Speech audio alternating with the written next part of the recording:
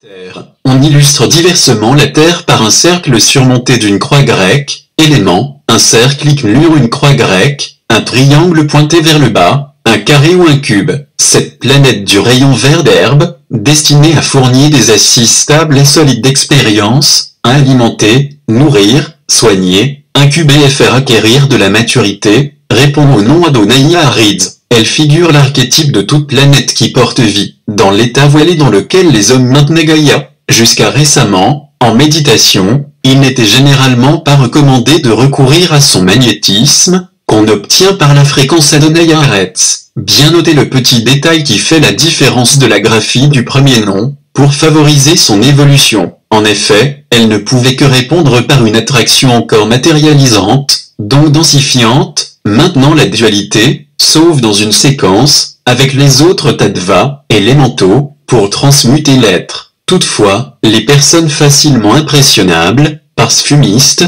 évaporées ou chimériques, menant une quête spirituelle trop désincarnée, pouvaient s'en servir avantageusement pour s'enraciner dans le sol, produire une prise de terre, se remettre les pieds sur terre, en profitant de ces énergies telluriques. On la relie au bon berger de l'Évangile. Fondamentalement, reliée au plan mental, cette planète est appelée à exprimer la quintessence de l'amour de la créature, comme source de vie, et à former une bibliothèque universelle. Associée à la conscience de groupe, elle confère la force et le courage dans l'action et l'expérience et elle accorde des consolations dans les moments difficiles. Facteur de croissance physique, elle donne la compréhension de la loi de l'échange ou du don et du redon. Elle favorise la croissance physique, l'expansion psychique et l'accomplissement spirituel. Elle aide à faire comprendre la loi cosmique et les principes qui l'explicitent. Elle sert de laboratoire de vie où la connaissance devient savoir, aidant à mesurer la marge de sa liberté personnelle. Elle aide à développer le réalisme, le sens pratique, l'esprit concret, le pragmatisme et elle forme à la radiesthésie. Elle développe une volonté forte et elle permet de se réconcilier avec la vie. Elle prépare la richesse et la prospérité et elle aide à comprendre le sens de l'évolution. Elle écarte les entorses à la vérité. Troisième planète du système solaire, le milieu où vive l'humanité et la pyramide des règnes qui la supportent, symbole de la vie. Elle constitue une école spirituelle pour apprendre aux âmes à développer leur maîtrise spirituelle en se réalisant parfaitement dans la lumière divine. Elle représente une école de perfection évolutive où un être peut se réformer, se parfaire, se développer en tant qu'être intégral et lumineux, en s'extrayant progressivement du processus de restriction du potentiel énergétique et vibratoire, induit par la dualité et la densification. Ainsi, elle ne constitue nullement le nombril du monde, mais un grain de poussière qui flotte dans l'espace, bien qu'il s'y poursuive une expérience de libre arbitre des plus étranges et des plus rares. Cet astre voilé, lourd,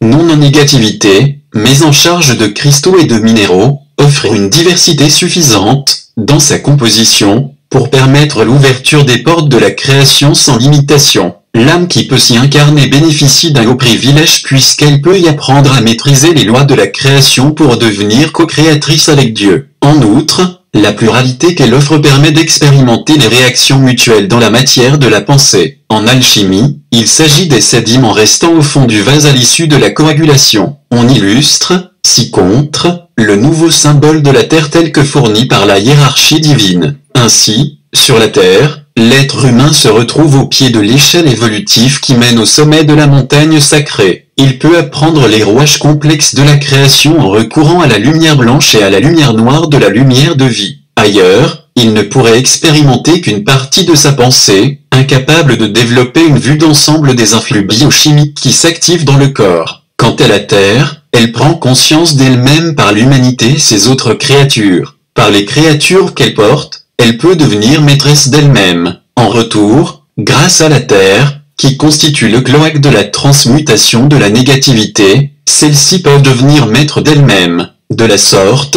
il s'y vit un partenariat constant où les uns ont besoin de l'autre et inversement. En fait, la matière de la Terre sert de support à l'être divin de chaque entité incarnée. Sans matière, elle ne peut exister. La matière, théâtre de l'expérience, constitue le dernier maillon de l'expression totale d'un être en tant qu'entité divine. Sans matière, nul ne peut intégrer son essence divine. Toutefois, un être ne peut en être libéré que lorsqu'il intègre la fluidité d'expression ou d'incarnation sur les planètes libres. Dans cette école, nul n'est appelé à performeur pour tout réussir du premier coup. Présentement, après des éons de loyaux services, la Terre accède à sa phase de couronnement, ce qui lui permet de réintégrer sa lumière originelle. De ce fait, elle fusionne la lumière blanche et la lumière noire pour façonner l'orgone ou pour redécouvrir la lumière de vie. Sous peu, elle deviendra un centre d'accueil, d'enseignement et de relief pour les êtres établis dans leur divinité comme pour les candidats sérieux qui se destinent à cette même maîtrise, désireux d'expérimenter de nouveaux modèles de vie. Les autres, qui ont traîné les pieds, au niveau évolutif, devront la quitter. Dans le triangle d'or, la Terre est devenue le joyau de référence et le modèle pour les univers en formation. En ce moment, chaque être incarné doit agir comme thérapeute de cette terre qu'il a abîmée à un certain degré, sous peine d'en être expulsé à tout jamais de façon prématurée. Il s'agit d'un système équilibré qui travaille dans un encadrement qui supporte l'humanité. Ce système, qui porte la conscience de Gaïa, a été créé pour elle, d'où, en retour, elle attend sa coopération pour être propulsée dans une nouvelle ère de béatitude,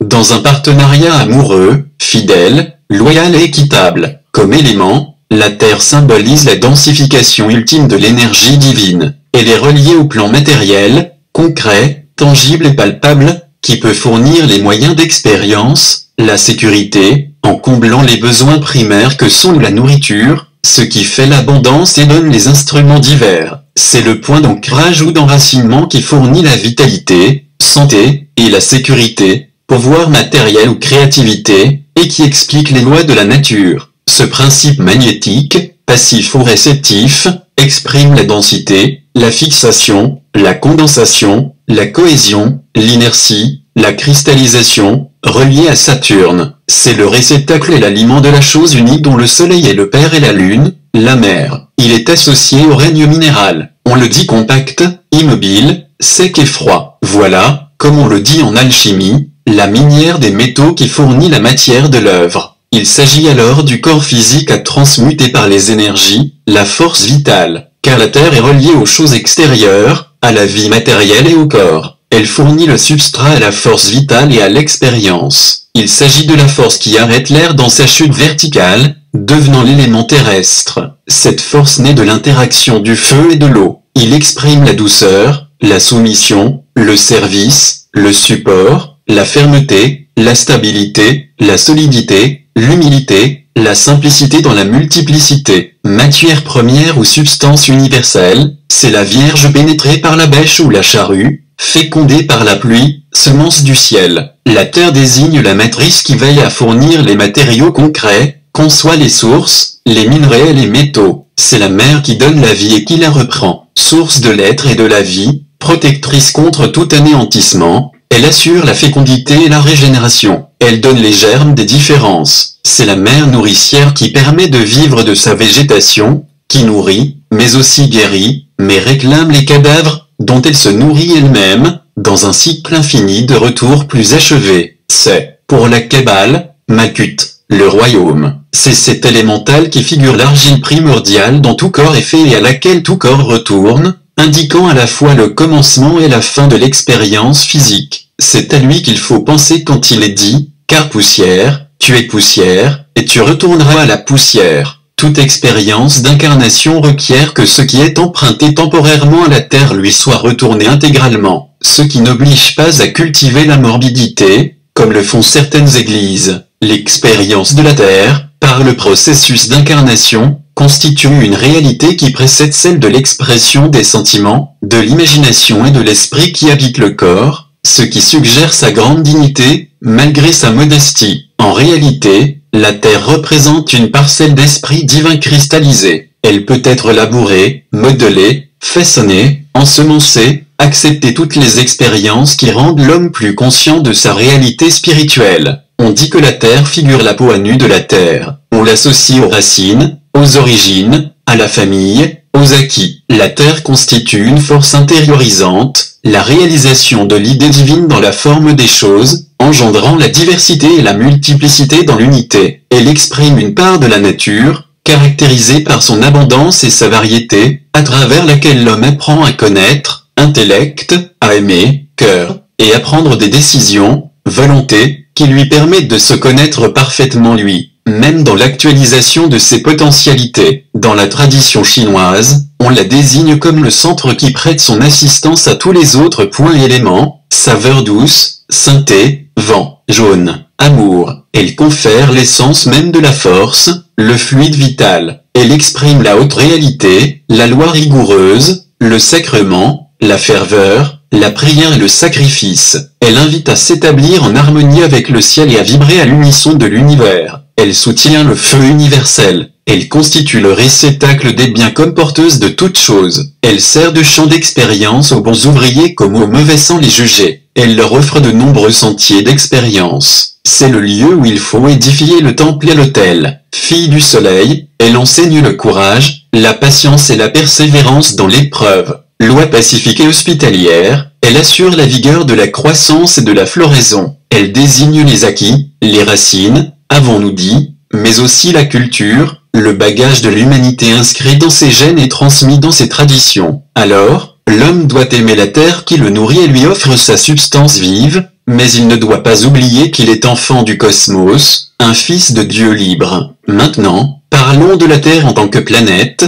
qui représente un être vivant et intelligent, ce qu'on oublie trop souvent. La Terre pense et ressent, soucieuse comme une mère du bien-être des créatures qu'elle accueille. Il est dit en mystique que plus on oublie la Terre, en tant que mère, plus on devient lourd et dense. Pour vraiment comprendre la Terre, ce trésor exceptionnel, il faut en ressentir la beauté à l'intérieur de soi-même et la laisser résonner au fond de son être. Plus on permettra à cette beauté de s'épanouir en soi, plus elle aura sur soi un effet profond et illuminant. Alors naître en soi ce désir puissant d'exiger que la protection et la restauration de sa beauté deviennent la priorité absolue de tous les êtres humains, pas seulement d'une minorité d'écologistes. Chacun a tellement reçu d'elle qu'il porte une grande responsabilité envers elle. Prendre soin de la terre-mère, c'est prendre soin de sa propre maison. Il faut la considérer pour ce qu'elle est, un lieu sacré qui attire des êtres de très loin dans l'espace, qui viennent la contempler. Il y a urgence de s'en occuper. Il faut se mettre à l'écoute de la terre, communiquer avec elle, l'entourer de lumière spirituelle, lui adresser son amour et sa reconnaissance. Il faut lui permettre d'enseigner à son être comment vivre en harmonie avec elle. Elle est un être sensible peuplé d'une multitude d'êtres. L'ensemble de ces êtres s'est uni en une communauté de conscience par amour pour l'unité de cette conscience et par désir de connaître l'expérience d'être un véhicule pour cette conscience. Elle ne demande pas mieux que de révéler ses secrets et son pouvoir afin de faire comprendre comment les hommes peuvent cohabiter dans la collaboration et l'amour. Si les êtres humains faisaient de la qualité de la vie leur première priorité, y incluant le respect de la qualité de vie de la Terre, très peu de bouleversements se produiraient sur cette planète, douce et accueillante de nature. Présentement, dans son désir amoureux de s'initier elle-même, dans son aspiration à élever sa fréquence vibratoire, la Terre devra peut-être déclencher une purification qui rétablira l'équilibre encore une fois, éliminant nombre de ses enfants, s'ils ne prennent pas leurs responsabilités envers elle. Déjà, des événements ont commencé à se produire, banalisés par les moyens de communication électronique et les scientifiques, pour stimuler l'humanité, éveiller sa curiosité, attirer son attention, l'encourager, l'amener à prendre conscience qu'il doit s'y produire un changement de conscience globale. Le temps n'est plus aux palabres, mais à l'action. Ce qui arrivera à la Terre dépend du degré de bonne volonté que chacun mettra à accepter de changer ses attitudes et ses comportements à son endroit. La Terre lutte de toutes ses forces pour retrouver son intégrité originelle, se faire mieux respecter et aimer. Elle s'était densifiée, voilant sa lumière, pour accueillir l'humanité. Mais en raison des sévices qu'elle lui a fait subir, elle a demandé au Père-Mère de récupérer sa subtilité première, de réintégrer sa lumière originelle. La Terre constitue un organisme vivant et conscient. Elle se prépare à enseigner que l'amour de soi implique qu'on l'aime elle aussi et qu'on la respecte dans son intégrité et ses droits. En opérant certains changements de nature à ruiner le système financier, elle amènera l'unification des peuples et assurera le triomphe de l'esprit humain. Car les humains devront se donner la main dans l'égalité, la fraternité et la solidarité pour s'entraider mutuellement suite à des désastres probablement inévitables au point où on en est rendu. Ainsi, la Terre sera confirmée comme berceau de vie, et tout ce qui provient d'elle sera désormais employé avec amour, respect et reconnaissance. Sur Terre, une grande polarisation d'énergie est en train de se produire, processus qui implique nombre de participants et d'observateurs d'autres chaînes planétaires. Les uns sont venus pour semer la confusion, les autres pour répandre la connaissance. Depuis le début des années 1990 et pour plus de 20 ans, cela provoquera divers chambardements qui culmineront dans une scission des mondes. Certains s'enfonceront dans leur mentalité grégaire et matérialiste, trop rationnelle et logique, et subiront une puissante collision dimensionnelle. D'autres développeront une grande motivation spirituelle, fort intuitive, et connaîtront une fusion en douceur avec les autres dimensions. Mais de part et d'autre, on devra reconnaître que tout s'effondre et que plus rien ne pourra être rétabli comme avant. Après une période de confusion, la Terre sera régénérée, réalignée, ajustée au plan divin. La Terre entrera dans la 4e dimension, se révélant comme un monde vierge et sublime. Les êtres qui auront quitté sa surface l'auront subi en raison de leur résistance à l'harmonisation planétaire. Heureusement, ils seront accueillis ailleurs où ils pourront consommer leurs fantasmes et leurs chimères avant de reprendre une évolution continue. À vrai dire, lorsque la Terre opérera son changement de tonus vibratoire, les êtres humains ne vivront pas tous la même réalité. Ceux qui ont besoin de faire l'expérience de la destruction seront exposés à une onde destructive parce qu'ils ne se seront pas ajustés à la nouvelle fréquence. Ceux qui se seront préparés à recevoir une vibration plus élevée connaîtront simplement un changement de fréquence appelé transition et iront rejoindre nombre d'êtres de la nature qui les auront devancés dans la dimension supérieure. Il faut s'établir dans une vibration de savoir intime au moins partielle pour qu'un changement offre un pas évolutif assuré, et ce pas s'accomplit dans l'amour, car c'est par leur potentiel actualisé d'amour que les êtres seront sélectionnés, et c'est l'esprit qui accomplit l'œuvre d'élever la conscience planétaire. À travers les changements qui viennent, il faudra donc garder confiance, évitant de sombrer dans des visions apocalyptiques. Pendant que tout sombre, chacun peut s'élever, car c'est dans l'épreuve qu'on apprend à devenir conscient et ouvert. Il faut aimer la Terre pour lui donner la possibilité de répondre à cet amour. En aimant la Terre, en le lui faisant savoir, en lui présentant des projets évolutifs, on l'amènera à s'occuper de l'homme, à le nourrir convenablement et à prendre soin de lui. Mais cela n'est pas facile à faire comprendre à une humanité dont les membres proviennent de multiples mondes, surtout de Vénus, mais aussi de Jupiter, tout portant leur sensibilité propre et leur propre vision de la réalité. Cependant, pour tous, la Terre reste une halte de conscientisation, une nourricière passagère. La Terre représente une planète où les êtres peuvent acquérir la maîtrise des processus évolutifs pour être en mesure de vivre conformément aux principes cosmiques et à ses lois. La première leçon à y apprendre, c'est qu'il faut prendre conscience de sa divinité, du lien qui unit chacun au Créateur originel et à tout ce qui existe,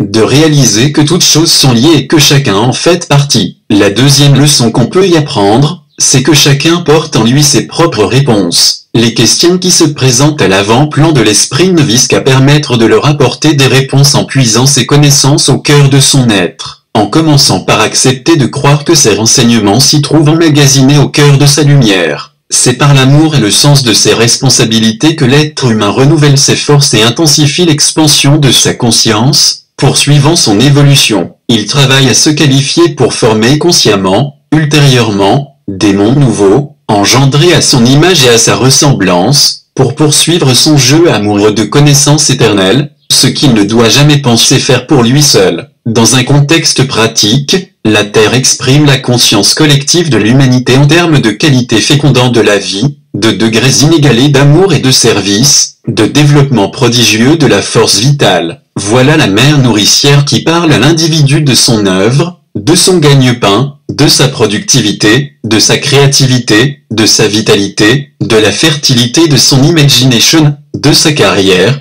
de son implication sociale et humanitaire. Elle apporte la récolte de ses semences à travers le temps et l'espace. Vue de l'espace, c'est la planète bleue où se mène l'expérience de l'amour universel. Elle met tout ce qu'elle possède à la disposition de ses enfants. Elle incite chacun à canaliser son essence lumineuse à des fins bénéfiques et constructives pour intégrer sans cesse en soi un plus grand degré d'amour inconditionnel et détaché. Elle exprime la générosité du don inconditionnel de la vie et des moyens de subsistance. Elle enseigne que certains états involutifs sont difficiles à transmuter si on reste fermé. Plus on se ferme, plus on rencontre de résistance et plus il faut déployer d'énergie. Voilà le flambeau est présenté, qui voudra le relayer, terre, lait, cette expression désigne les continents concrets ou les divers plans de conscience les plus denses, inférieurs. Terre bienheureuse, elle désigne la terre promise. Terre creuse, elle identifie le concept qui désigne l'une des dimensions harmoniques contenues dans la structure hypersphérique et multidimensionnelle de la planète Terre dont le centre est constitué par un soleil intérieur d'antimatière. Ce concept réfère à évoque l'hypothèse ou la réalité, selon les convictions, que la Terre porte, à l'intérieur d'elle, dans des plans plus subtils, d'une beauté et d'une perfection sidérante, des êtres vivants, survivants d'autres ères raciales, notamment des lémuriens, et des entités de diverses provenances planétaires et stellaires. Les mystiques présentent la Terre comme un ballon, une planète creuse, remplie d'un grand nombre de formes qui évoluent sur différents plans vibratoires, au nombre de 7. Certains l'identifient à l'Agartha, dont le royaume de Jacques est une partie. Des 7 mondes souterrains, 4 seulement sont perceptibles à l'homme ordinaire. Les 3 univers centraux constituent le noyau de la planète et lui sont hors de portée réelle. L'esprit réalisé de la Terre, appelé roi du monde, y habiterait. Ce frère du cœur central de la Terre visiterait parfois les hommes pour faire impression sur leur âme et instiller en eux certaines notions spirituelles. Il y a près de 12 000 ans, partant de l'Atlantide, au moment du déluge, certains êtres évolués auraient voulu échapper à ces conséquences désastreuses en entrant dans la Terre, investissant son univers rocheux. Cela n'expliquerait-il pas l'histoire de l'arche de Noé? Ils auraient fait naître cet univers en y captant la lumière et en le rendant plus vivant encore, notamment au moyen de mélopées respiratoires rythmées, mantras. Ils collaboreraient avec le roi du monde ou Mâ planétaire, sur un plan légèrement différent du monde matériel, éthérique, pour maintenir l'harmonie terrestre. Ils seraient désormais des millions, également répartis en êtres mâles et femelles, vêtus de tuniques orangées. Ils ne seraient pas affectés par les problèmes de la sphère extérieure. À très peu de détails près, ces intraterrestres ressembleraient aux humains, légèrement différents dans leur forme et leur psychisme,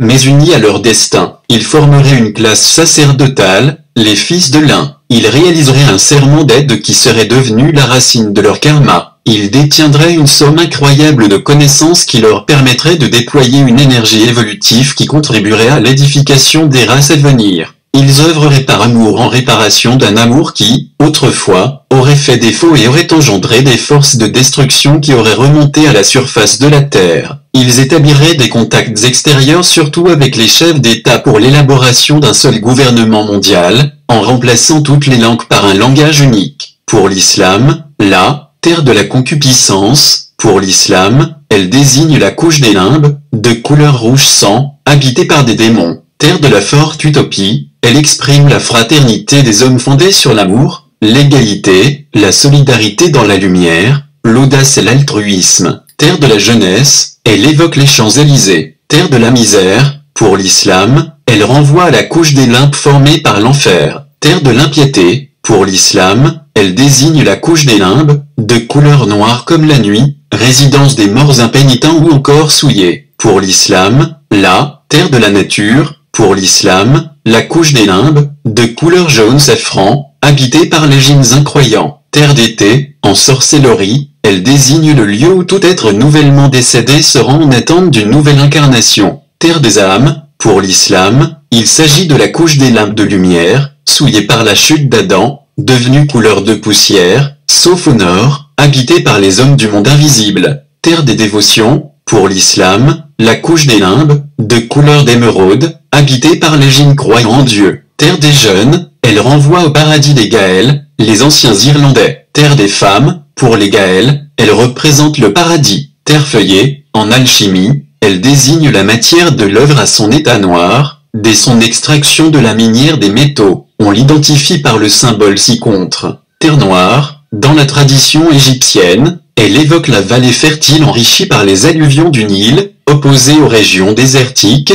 les terres rouges. Terre nouvelle, elle indique simplement de nouvelles conditions de vie plus lumineuses et amoureuses. Elle évoque les attitudes nouvelles, les comportements nouveaux, la nouvelle façon de vivre plus en accord avec ses aptitudes, ses goûts personnels, son évolution. Terre promise, dans la Bible, elle figure le royaume du peuple élu, l'état de réalisation totale. Pour y parvenir, il faut passer à travers le labyrinthe universel, en cheminant en spirale autour de la montagne sacrée. La traversée de la mer Rouge et du désert orangé figure ce passage à travers le labyrinthe de la conscience dans l'arbre de vie, car ce désert orangé conduit à la ville jaune où on arrête le soleil, puis dans les vertes vallées, enfin la ligne d'horizon du ciel, avant de se perdre dans l'infini de la terre promise. La terre promise figure la terre d'aboutissement, le but de la quête spirituelle. C'est la terre des origines qui garde éternellement son caractère sacré, l'alpha qu'on retrouve en oméga. Elle désigne souvent l'essence divine. Telle est l'explication de la Kabbale. Pour Platon, la terre pure,